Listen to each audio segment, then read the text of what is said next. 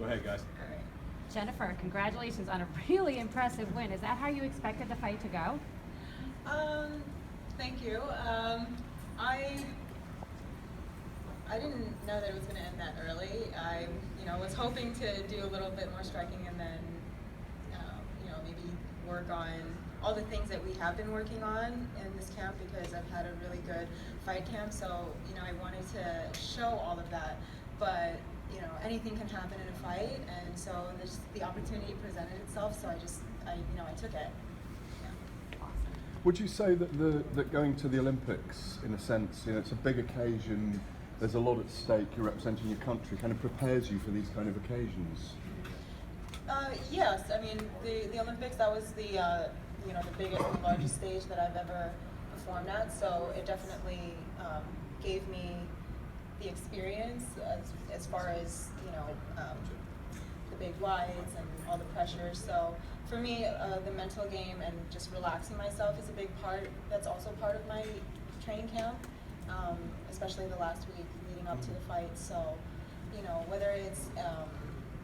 whether it's a club show or if it's just or a big show, I still go through the same process. So that way the venues can change, but my method and the process, it remains the same. Are you all in on MMA now? Yes, my focus is MMA. Not working on Wall Street anymore? No, I'm on a sabbatical. Was that a hard job to leave? I assume the money was probably too. The money was great, but it was something I could do, but it wasn't really my passion. What's tougher, getting up early in the morning to do that, or getting punched in the face on a daily basis? Getting up early in the morning to do that. Yeah, interesting. Yeah. When did you find that fighting was your passion? I've always had an interest in it. When I was a kid, I would watch a lot of Bruce Lee videos and movies. That was my first exposure to martial arts without me even knowing what it was. I just knew that the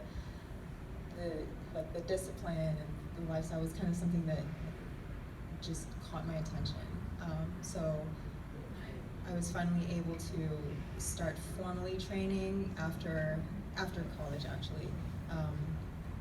But I think ever since I was a kid, before knowing anything about martial arts, about boxing or anything like that, I was always kind of drawn to martial arts. And so when I was finally able to get formal training, I just ran with it. It was finally I've always wanted to do it, and now that I'm able to do it, I love it. Anyone in your life asking why are you choosing this over the career, and why are you getting punched in the face for a living instead of taking all that money on the table? Just passion. I mean, I don't have a passion for getting punched in the face. It's more of I respect the process, and it's there's more to martial arts than just the fight. That's just one aspect of it. So I'm passionate about the lifestyle, about learning, about building character. So those are the aspects of martial arts that I'm drawn to. So that's where my passion goes. Yeah. Is that a conversation that you've had with a lot of people, like a family? Yes. Sit them down and say, Yeah. all right, here's what I'm doing now. Mm-hmm. Is that hard? No, they're very supportive. Can you take us through the finish? How you managed to shoot on the way out? Well, I know that I connected on 2 solid punches that I knew it rocked her, and I heard her saying okay, but I don't think he noticed it. So I wanted to back off, but I couldn't because the ref didn't notice it yet. So I'm like, okay, I just have to keep going, even though I heard her saying okay. Yeah. Is she saying okay because of whatever went on with her? I think she just wanted the punches to stop. And I wanted to stop as well, but the ref didn't see it yet. So that's when I kind of took a pause, and then I just continued going, just to solidify it. How helpful has been working with Haley? Then I was just top 25 or I love Caitlin. It's been amazing. This fight camp, you know, I have amazing coaches, my training partners, you know, I'm incredibly grateful to them. They've really helped me out so much.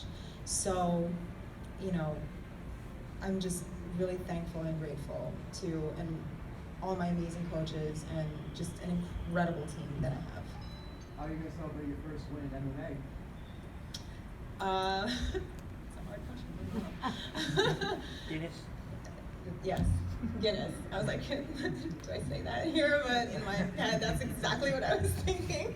Guinness, yes. How did it feel being the only female fight on the card tonight? It felt great. I mean, you know, I didn't really think, you know, too much of that. It was just, you know, I'm another fight on. How does it feel now? It feels great. I mean, yeah, it feels awesome. How quick of a turnaround would you like? Hawaii?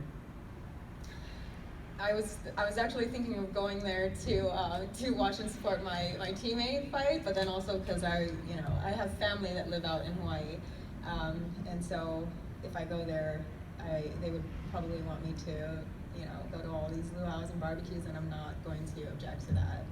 So if I do go out there, there will be a lot of barbecues and luau's that I would be attending. Yeah. But if Scott Coker asked you to be on that card or one of those two cards? Yeah, I mean, I'll talk. Yeah, sure. So how far do you want to take this MMA thing?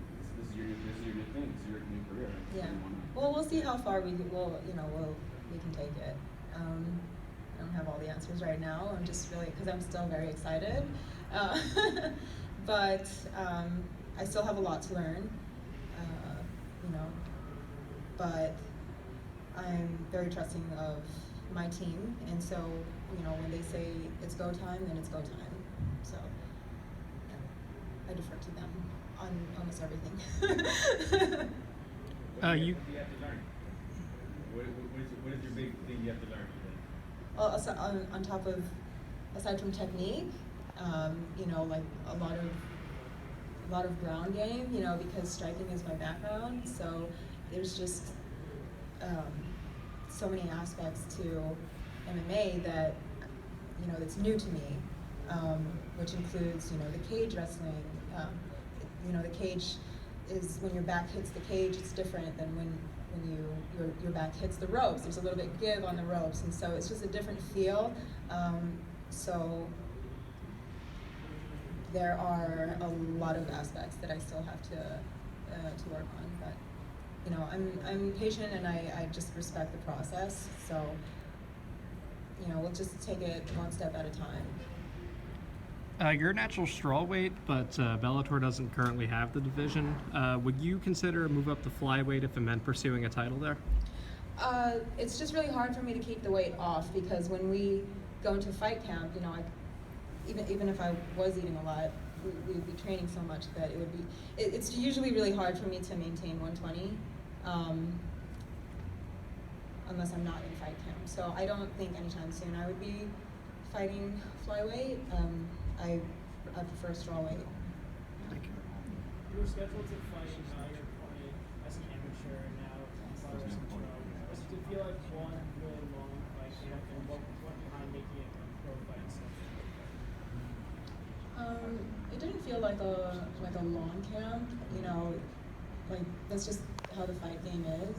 You know, you're scheduled to fight someone, and then it falls through, and so it's like, okay, all right, that's fine. You know, just go back to, you know, learning, and then if the opportunity presents itself again, then, you know, then we'll go with it. So it didn't feel like a long fight camp, because I'm not like particularly like focused on any one person.